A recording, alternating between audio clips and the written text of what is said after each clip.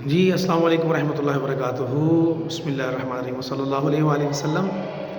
Dear student, انشاءاللہ آج کی اس ویڈیو میں ہم الو کے بارے میں سیکھیں گے کہ الو کی کیا کیا خصوصیات ہیں۔ الو کے بارے میں ڈاکٹر شفیق الرحمان جو تھے مصنف، انہوں نے اپنے اس سبق میں ملکی پرندے اور دوسرے جانور میں الو کے بارے میں کیا کہا ہے۔ تو آئیے سیکھتے ہیں۔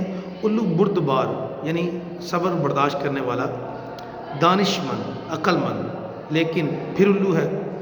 وہ کھنڈروں یعنی ویرانوں میں رہتا ہے، لیکن کھنڈر بننے کے باوجود کھنڈر بننے کی وجوہات دوسری ہیں۔ الو کا ذکر پرانے بادشاہوں نے اپنی روز نامچوں یعنی ڈائریوں میں، روز نامچے کہتے ہیں، ڈائریوں میں اکثر کیا ہے، لیکن اس سے الو کی پوزیشن بہتر نہیں ہو سکی۔ الو کی 20 قسمیں بتائی جاتی ہیں۔ الو کی کتنی قسمیں بتائی جاتی ہیں؟ 20 قسمیں بتائی جاتی ہیں۔ میرے خیال میں 5-6 قسمیں کافی تھیں۔ ویسے الو کی عادتیں آپس میں اس قدر ملتی جلتی ہیں، ایک الو کو دیکھ لینا تمام الو کو دیکھ لینے کے مترادف یعنی برابر ہے۔ الو کو وہی پسند کرتا ہے جو فطرت یعنی قدرت کا ضرورت سے زیادہ مداح ہو۔ مداح کا مطلب معترف ہو، تعریف کرنے والا۔ اور روزمرہ کی الو کو بوم کہا جاتا ہے، یعنی تنہائی پسند یا منحوس یا بے وقوف۔ اس سے بڑے کو چغد، الو کی یہ چھوٹی قسم، اس سے بڑے کو چغد، چغد سے بڑا الو ابھی تک دریافت نہیں ہوا۔ الو کی ایک یعنی کہ چھوٹی سی ایک قسم ہے چغد، اس سے بڑے کو چغد کہتے ہیں۔ دن بھر الو آرام کرتا ہے اور رات بھر ہو ہو یعنی اللہ ہو اللہ ہو اللہ۔ یہ دیکھیں، یہ بھی ہمیں بتا رہا ہے کہ ہمیں اللہ کا ذکر سے غافل نہیں ہونا چاہیے۔